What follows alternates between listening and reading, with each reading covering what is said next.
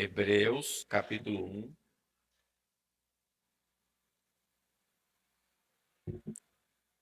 versículo de 1 ao 3.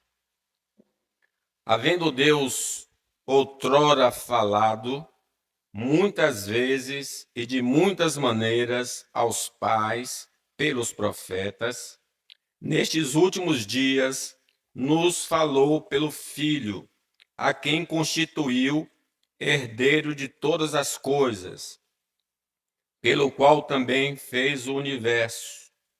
Ele que é o resplendor da glória e a expressão exata do seu ser, sustentando todas as coisas pela palavra do seu poder, depois de ter feito a purificação dos pecados, assentou-se à direita da majestade nas alturas. Palavra do Senhor.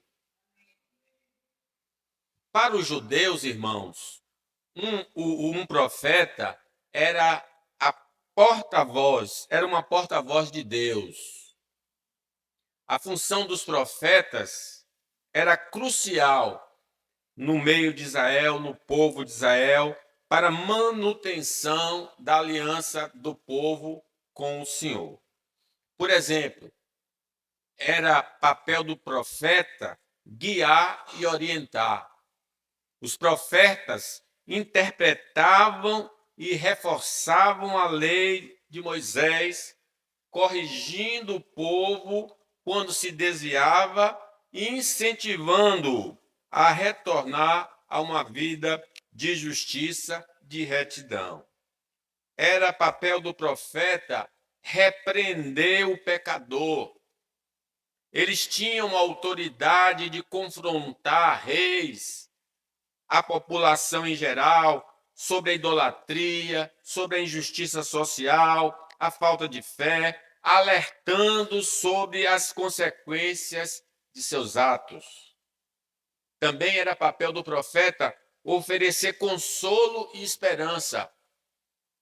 Em momentos de dificuldade, exílio, perseguição, os profetas traziam uma mensagem de esperança, prometendo a restauração de Israel e, sobretudo, a vinda do Messias, um líder que traria paz e justiça. Então vejam como era importante a presença de um profeta no meio do povo do Senhor. Na carta aos Hebreus, nós observamos que Jesus é apresentado como superior aos profetas do Antigo Testamento. Vamos então, irmãos, meditar sobre esse tema. Jesus é superior a todos os profetas do Antigo Testamento.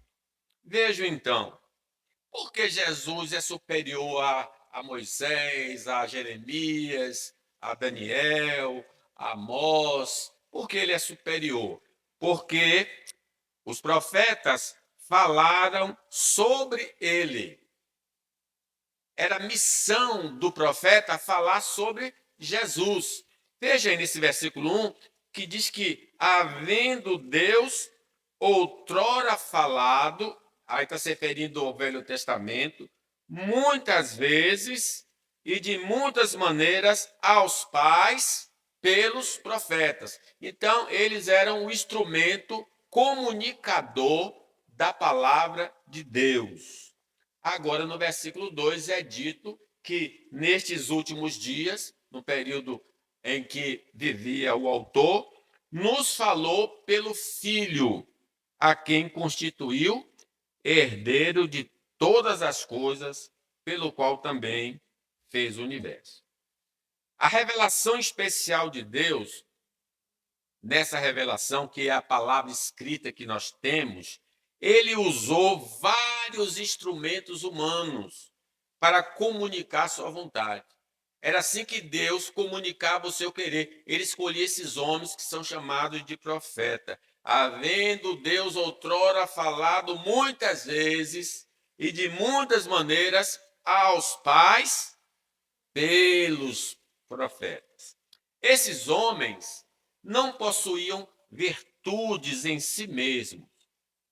para receberem tais revelações, mas, pela graça de Deus, foram escolhidos pelo Senhor para tão nobre missão. Não é que eles não fossem diferentes de nós, porque eles eram semelhantes a nós, como diz o apóstolo Paulo, homens sujeitos às mesmas fraquezas que nós. Lembra que Jonas, por exemplo, fugiu, não obedeceu ao Senhor? Então, os profetas eram pecadores, como nós, né? Mas foi Deus que os escolheu e separou. É interessante que Jeremias, ainda jovem, Deus fala para ele: a mim veio, pois, a palavra do Senhor dizendo, Deus falando com Jeremias, antes que eu te formasse no ventre materno, eu te conheci. E antes que saísse da madre, te consagrei e te constituí profeta às nações. Então lhe disse eu, Jeremias respondendo a Deus, ah, Senhor Deus, eis que não sei falar, porque não passo de uma criança, sou jovem ainda, não tenho experiência. Aí Deus disse para ele, mas o Senhor lhe disse, não digas, não passo de uma criança, porque a todos a quem eu te enviar irás, e tudo quanto eu te mandar falarás. Então a gente por aí vê que eles não eram homens especiais, eram homens limitados. Moisés, o próprio Moisés, também se recusou aí, porque disse que eu não sei falar, né? Eles eram como nós, sujeitos às mesmas fraquezas, mas Deus os habilitou e capacitou para receber a mensagem e transmitir sua mensagem. Amós, por exemplo, quando estava pregando ao reino do norte, ele era do reino do sul, foi pregar ao reino do norte, alguém proibiu ele de pregar a mensagem. O Amazias, não pregue aqui, você está proibido de pregar. Aí ele disse, o profeta Amós, eu não sou profeta, nem discípulo de profeta, mas boeiro e colhedor de sicômoros. Mas o Senhor me tirou de após o gado, e o Senhor me disse, vai e profetiza ao meu povo de Israel. Ora, pois, ouve a palavra do Senhor. Tu dizes, não profetizarás contra Israel, nem falarás contra a casa de Isaac. Então, ele nem era um estudante, vamos dizer assim, não estava nem no seminário, mas Deus o separou com esta finalidade. Assim, irmãos, como os profetas, nós hoje temos a responsabilidade de comunicar a salvação de Deus através da pregação do evangelho a toda criatura. Ide pelo mundo, prega o evangelho. Os profetas antigos transmitiam a palavra de Deus e nós transmitimos o evangelho de Deus. Nos dias dos profetas, Deus comunicava a sua vontade salvadora e mandava registrá-la para as futuras gerações. Os apóstolos ou os companheiros dos apóstolos comunicaram e registraram as palavras salvadoras do Senhor, concluindo assim o registro da vontade de Deus para a raça humana. Então, a vontade salvadora de Deus foi comunicada pelos profetas, pelos apóstolos ou amigos de apóstolos. Eles registraram e nós temos toda a revelação em nossa mão. No Velho Testamento, 39 livros, e no Novo, 27 livros. Esta comunicação de Deus aos profetas era feita através de visões, de sonhos, teofanias, Deus aparecia através de anjos e outros instrumentos. Para nós, hoje, a vontade salvadora de Deus só nos é comunicada pelas Escrituras e pela pregação do Evangelho. Aos profetas, aos apóstolos, Deus falava por sonhos, visões, aparições. Para nós, hoje, ele fala através das Escrituras e da pregação fiel. Paulo, escrevendo aos Romanos, diz assim: todo aquele que invocar o nome do Senhor será salvo. Aí ele pergunta: como, porém, invocarão aquele que não creram? E como crerão naquele de quem nada ouviram? E como ouvirão se não há quem pregue? E como pregarão se não forem enviados? Como está escrito: quão formosos são os pés dos que anunciam coisas boas. Então, ou através da leitura da palavra, ou através da pregação da palavra, é que as pessoas hoje vão chegar ao conhecimento da salvação. Os profetas são inferiores a Cristo, porque eles, os profetas, profetizaram sobre a pessoa de Cristo e a obra de Cristo, e não deles mesmos. Os profetas não falaram de si, mas falaram de Jesus. Os profetas falaram de Jesus. Por isso, eles são inferiores a Jesus. Pedro, falando sobre essa verdade, diz: foi a respeito desta salvação que os profetas indagaram e inquiriram, os quais profetizaram acerca da graça a vós outros destinada, investigando atentamente qual a ocasião ou quais as circunstâncias oportunas indicadas pelo Espírito de Cristo, que neles estava, ao dar de antemão testemunho sobre os sofrimentos referentes a Cristo e sobre as glórias que os seguiriam. A eles foi revelado que não para si mesmos, mas para vós outros, ministravam as coisas que agora vos foram anunciadas por aqueles que pelo Espírito Santo enviado do céu. Então veja, Deus revelou o que ia acontecer com Cristo, quem é ele e o que ia fazer. Esses profetas falaram e registraram, para que nós tenhamos conhecimento. Meus irmãos, nós também não fomos enviados por Deus ao mundo para falarmos de nós mesmos, mas de Jesus. Quando a gente sai aí, não é para falar da igreja, não é para falar de nós, é para falar de Jesus. Nem tampouco para falar da denominação, de ciências humanas, de posições científicas, mas o evangelho de Deus a toda criatura. Essa é a nossa missão, falar do evangelho. Paulo escrevendo aos Coríntios, porque tanto os judeus pedem sinais. Então os judeus só estão interessados em milagres.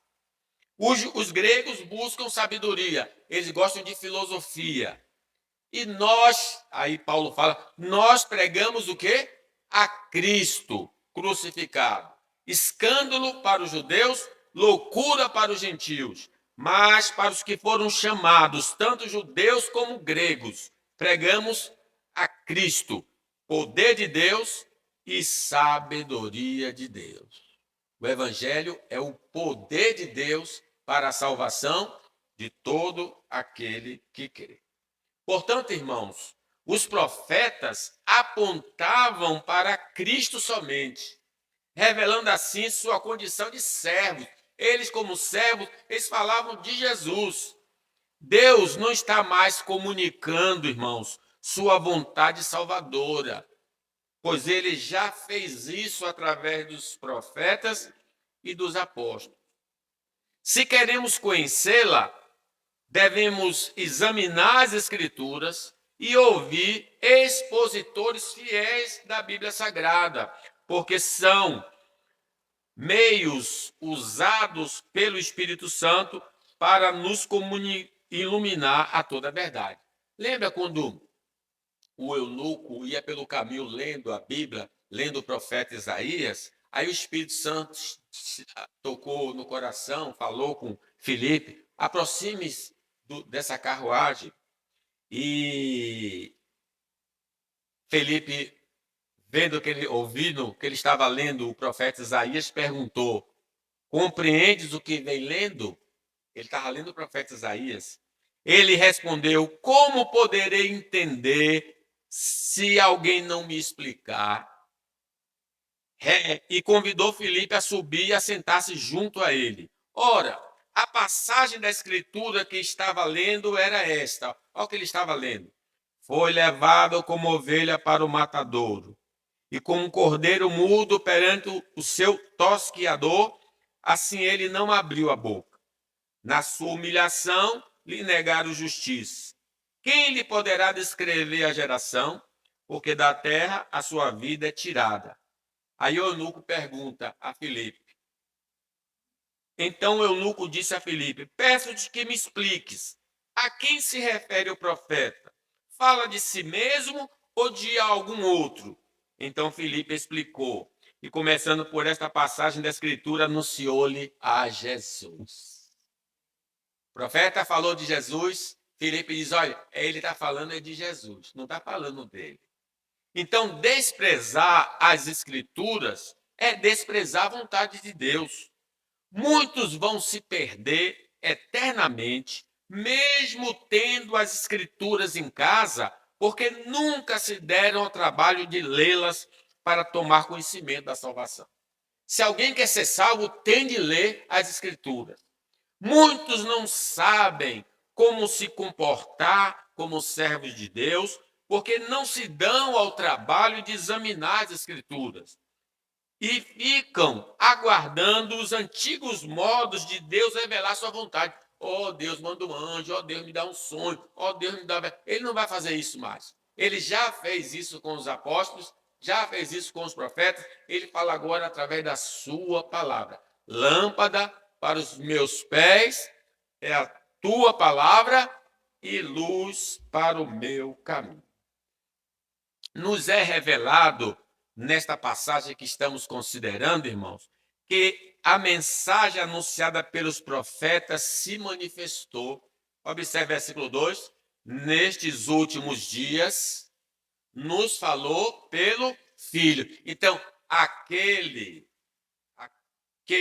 os quais os profetas falaram, se manifestou, veio em forma humana. A mensagem anteriormente anunciada pelos profetas se fez carne. As profecias anunciadas pelos profetas da pessoa e obra do Messias para resgatar o povo escolhido de Deus se concretizaram. João Batista disse assim: eis o Cordeiro de Deus que tira o pecado do mundo. Nós agora não estamos mais esperando o Messias para salvar, porque ele já salvou ali na cruz. Nós estamos esperando o seu retorno para ele nos levar para a casa dele. Ele foi preparar o lugar e ele voltará para nos levar, para que onde ele esteja, estejamos nós também. Diferente, então, dos profetas que diziam, veja, se você lembrar, sempre que o profeta dava uma profecia, dizia, assim diz o Senhor. Então, diferente dos profetas que diziam, assim diz o Senhor, Jesus falava em seu próprio nome. Jesus nunca diz assim diz o Senhor. Por exemplo, em Mateus diz assim, ouviste que foi dito aos antigos, não matarás. Aí ele diz, e quem matar está sujeito a julgamento. Eu, porém, vos digo. Então ele falava no seu próprio nome. Quando ele expelia os demônios, ele expelia no seu próprio nome. Ele ordenava e os demônios obedeciam. Os profetas e os apóstolos não podiam fazer isso.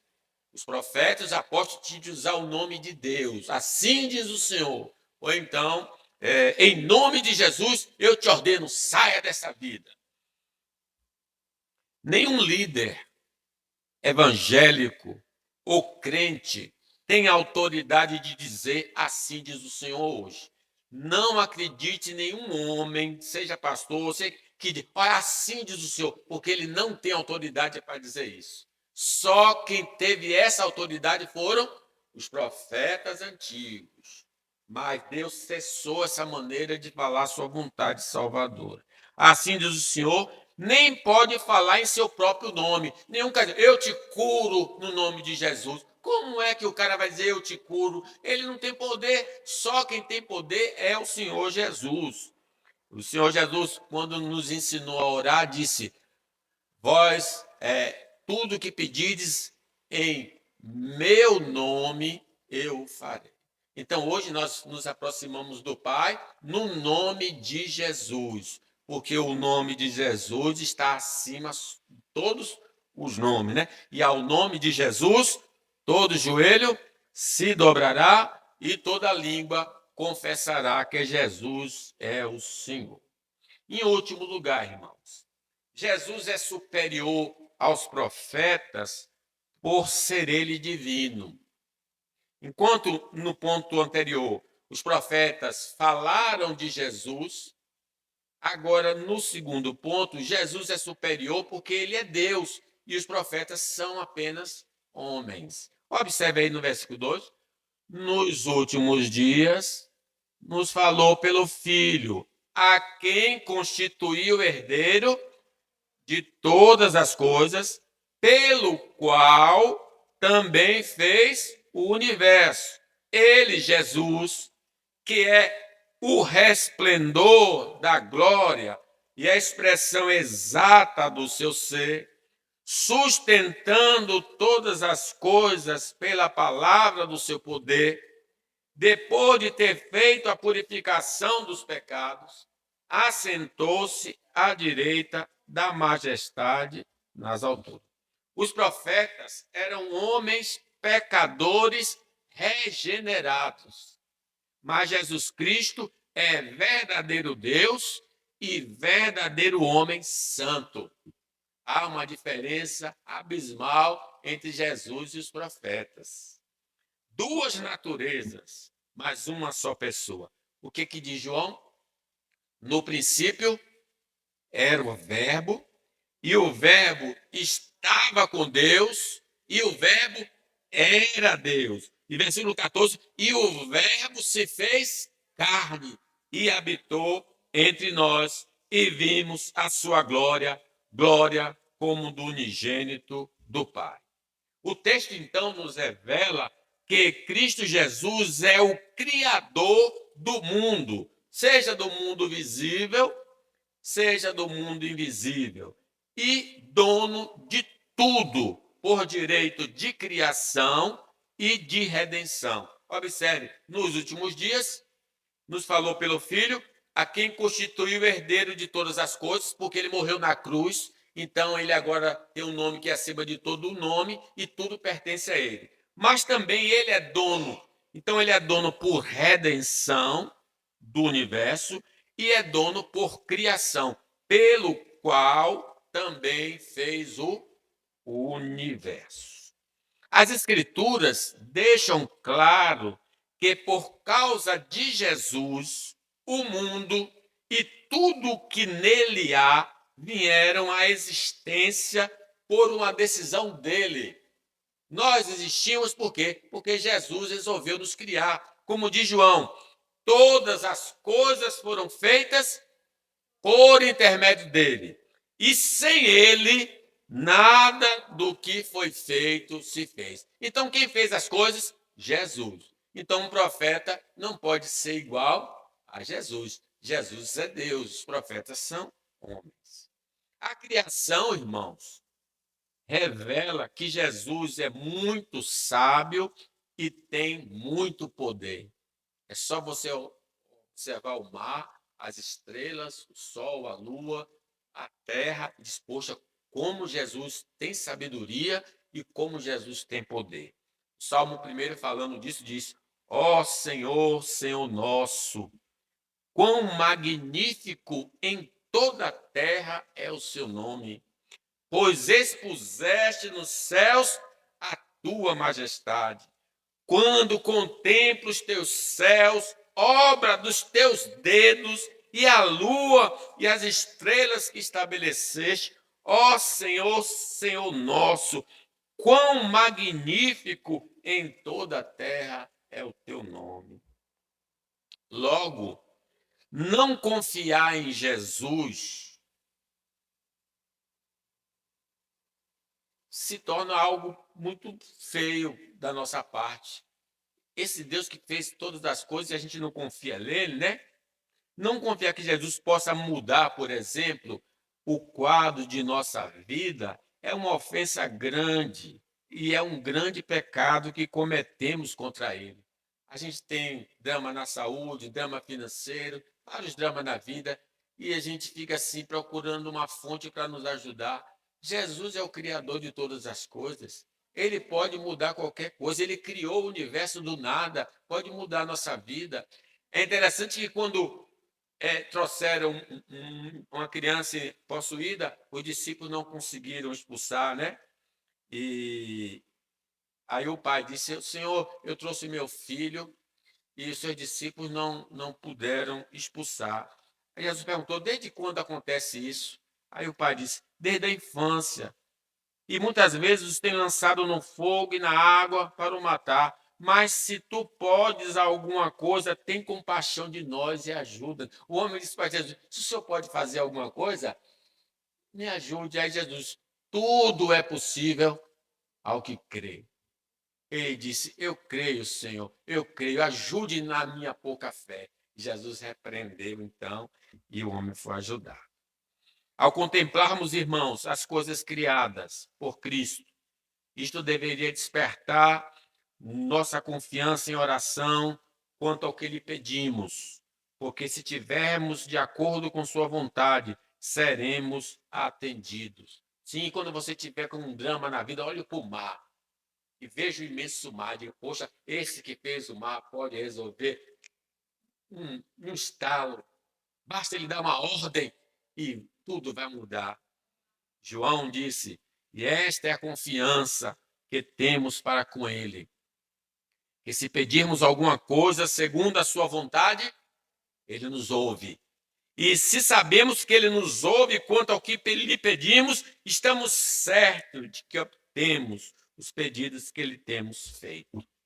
Sendo Jesus, então, o Criador e dono de tudo, atribuir ao diabo a propriedade de possuir qualquer coisa criada é fruto da ignorância da Bíblia.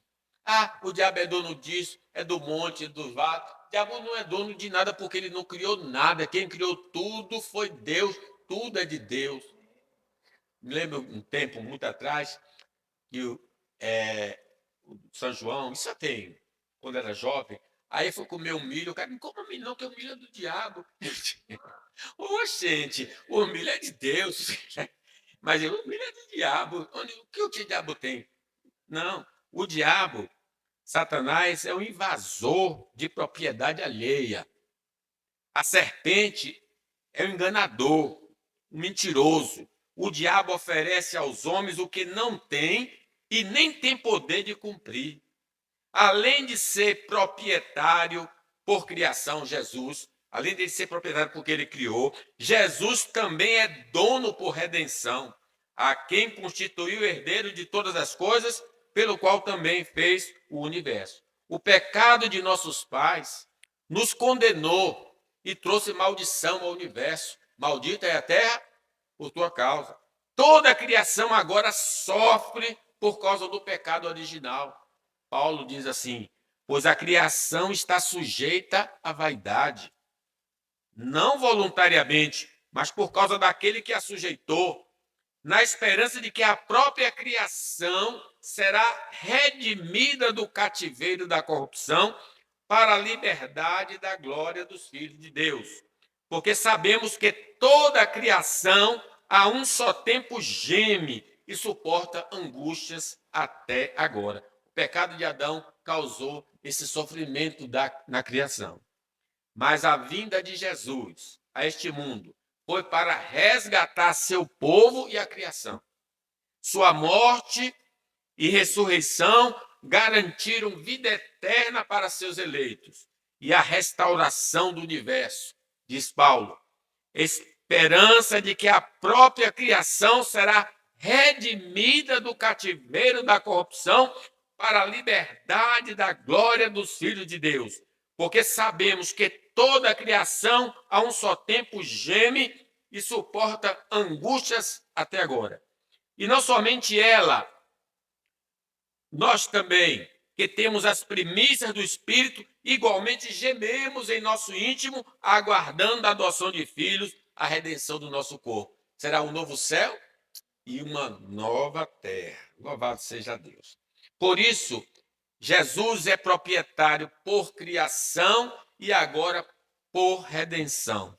Tudo pertence a Jesus. Jesus é Deus porque criou todas as coisas, mas os profetas são homens, são criaturas. Ele é Deus como Deus Pai e como Deus Espírito Santo. Como Deus, ele é quem sustenta o universo. Porque o mundo ainda existe, porque Jesus está sustentando o universo. Observe aí versículo 3, vamos ler? Ele que é o resplendor da glória e a expressão exata do seu ser, sustentando todas as coisas pela palavra do seu poder. O mundo, os homens e os anjos não estão entregues à sua própria sorte. Jesus cuida de toda a sua criação, desde a maior até a menor. Ele está cuidando do seu planeta. Salmo 104 diz: todos esperam de ti que lhes dê de comer a seu tempo. Se lhes dá, eles o recolhem. Se abres a mão, eles se fartam de bens. Se ocultas o rosto, eles se perturbam. Se lhes corta a respiração, morrem e voltam ao seu pó. Envias o teu espírito e eles são criados, e assim renovas a face da terra. Jesus, irmãos, estabeleceu, por exemplo, autoridades no mundo dos homens para refrear o mal e conceder uma melhor qualidade de vida. Porque o mundo não é pior, porque ele sustenta todas as coisas. Diz o apóstolo Paulo: todo homem esteja sujeito às autoridades superiores, porque não há autoridade que não proceda de Deus, e as autoridades que existem foram por eles instituídas, de modo que aquele que se opõe à autoridade resiste à ordenança de Deus, e os que resistem trarão sobre si mesmo condenação, porque os magistrados não são para temor quando se faz o bem, e sim quando se faz o mal. Queres tu não temer a autoridade? Faz o bem e terá louvor dela, visto que a autoridade é ministro de Deus para teu bem. Entretanto, se fizeres o mal, teme, porque não é sem motivo que ela traz a espada, pois é ministro de Deus, vingador, para castigar o que pratica o mal. Jesus cuida da criação, concedendo talentos aos homens para a manutenção do planeta, da saúde dos seres criados e nos forneceu uma qualidade de vida agradável, visto que o nosso pecado atraiu vários males. Então ele bota médicos, enfermeiros, administradores, tudo para tornar a nossa vida boa. Tanto é boa que a gente não quer sair daqui, né? Bate até na madeira. Gosta daqui, né? Sem a atuação de Cristo, nós e o mundo teríamos deixado de existir. Deveríamos ser gratos a cada manhã por Jesus renovar sobre nós a sua misericórdia, com a vida, com o ar, com a água, com os dons, com os talentos, com os bens, com o emprego e tudo mais. Respondeu João: o homem não pode receber nada se do alto não lhe for dado. Como temos esquecido das bênçãos do Senhor Jesus. Só lhe rendemos graças por uma bênção específica, mas deveríamos estar lhe agradecendo sempre, pois a cada manhã somos agraciados com o seu favor. Rendei graças ao Senhor, porque Ele é bom, porque a sua misericórdia dura para sempre. Os profetas profetizaram a vinda do Salvador e sua obra redentora, mas Jesus executou a tão grande salvação. 3, o que é dito?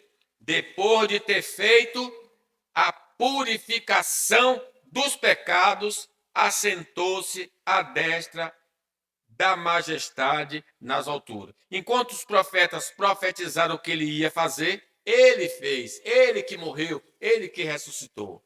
No Velho Testamento, Deus é chamado de o Salvador do seu povo. Por exemplo, o profeta Isaías, o Senhor falando, porque eu sou o Senhor teu Deus, o Santo de Israel, o teu Salvador.